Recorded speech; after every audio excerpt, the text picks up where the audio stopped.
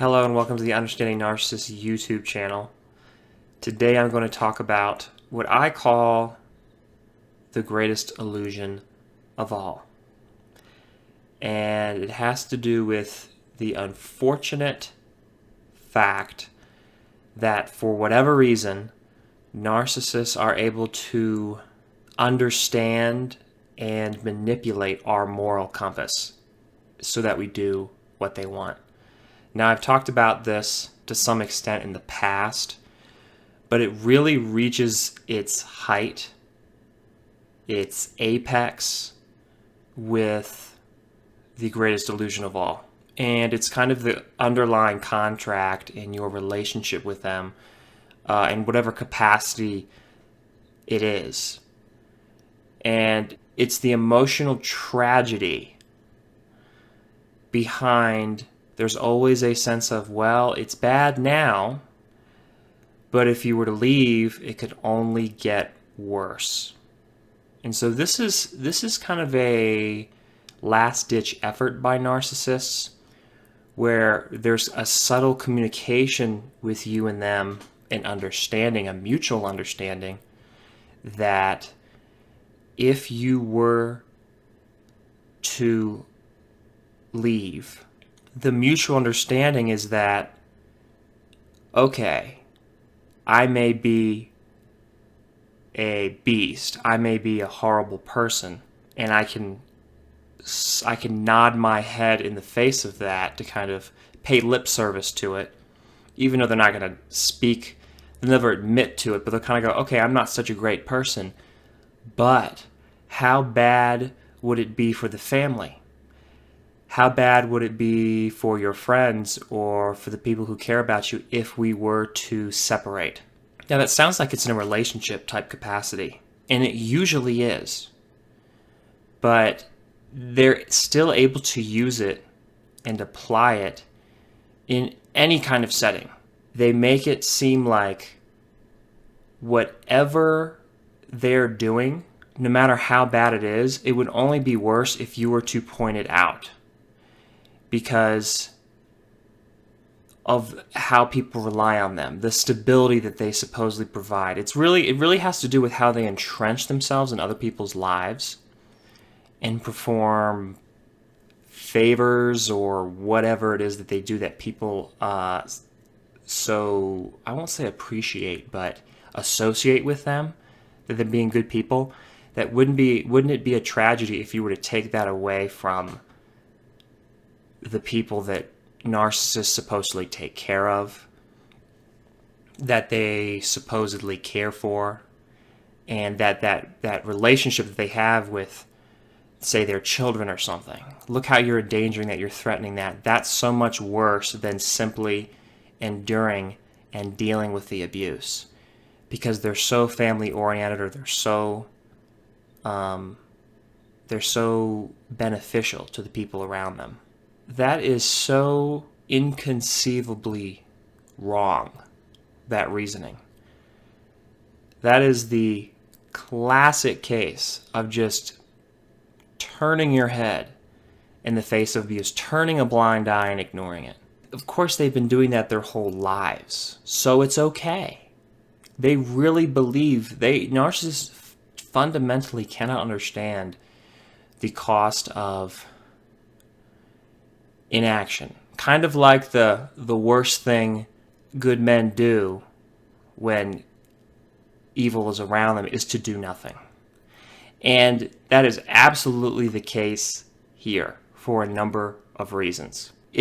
First of all, it's really disturbing the extent to which they are able to understand and manipulate your empathy for others. Because the stuff that they fake, the stuff that they say, oh, it would tear apart the children, or it would tear apart such and such if we weren't together, the people it would hurt around us. First of all, it's the complete opposite. But second of all, they're talking about the empathy that they have, but they don't have any empathy. You have the empathy. The relationship is between you and them, not with the narcissist. In any relationship with a narcissist, there's always a fundamental part of it is the horrible aching feeling of emptiness, the void, that vacancy that you feel constantly around them, because there's simply nothing there. Actually, it's worst yet, because there is something there and it's bad. It's that part of you, that instinct that tells you this is a dangerous human being, this is a dangerous environment and situation, and you need to remove yourself as quickly as possible. But they've inoculated you to the point where they are able to condition you to live in that environment. And that's why it's so poisonous, is because it's an environment that at the outset, to some extent, you feel that at the very beginning. It's not something that you're totally fooled into. You are totally fooled into it, but it's also because you are, usually by some sort of conditioning beforehand, say abuse, you're predisposed to falling in with narcissists. So you are ignoring, you are kind of falling in line to where you feel comfortable, because it has something to do with, say, how you grew up or who you were exposed to early in life, that kind of relationship enabling a narcissist, all the while ignoring that voice in your head and that feeling in your gut that tells you something is wrong. Because there is just fundamentally something wrong and threatening and ominous about narcissists. So narcissists are masterful at getting you to believe and really visualize this potential tragedy that you have on your hands. That there's going to be so much irreparable damage done if you were to upset anything in this dysfunctional balance. Of course, as I said earlier, it's the exact opposite.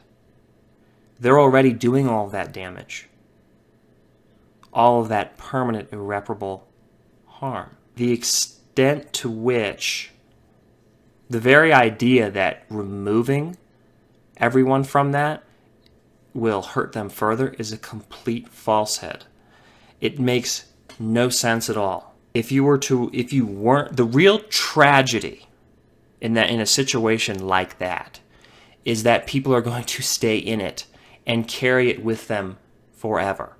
Because as I've talked about before, they don't hurt just you. They don't hurt just the people around them. That is the real tragedy. But the biggest tragedy is the people they're going to hurt down the line. I am so convinced in my limited experience that the amount of damage narcissists do, yes, it's inconceivable how much damage they do in the immediate sense. But it's actually with family members down the line, and possibly people who are unborn, because these behaviors are inherited.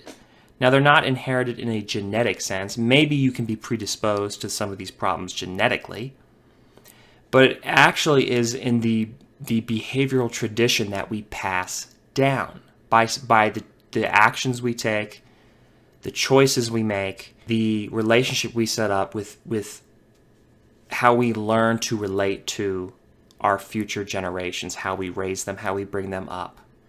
And so that choice is to be made, a big choice to be made is right now. Because if you are in that situation where you have to make that choice, you're getting that offer from them. Well, it would be so much worse if you were to leave, or if something were to, if this weren't how it is, things would be worse. Think of the children, think of such and such, think of family around us, how much we all like being together and having this association, no matter how dysfunctional it is. You wouldn't want to destroy that. You can't destroy that, because that is what's destroying everything around.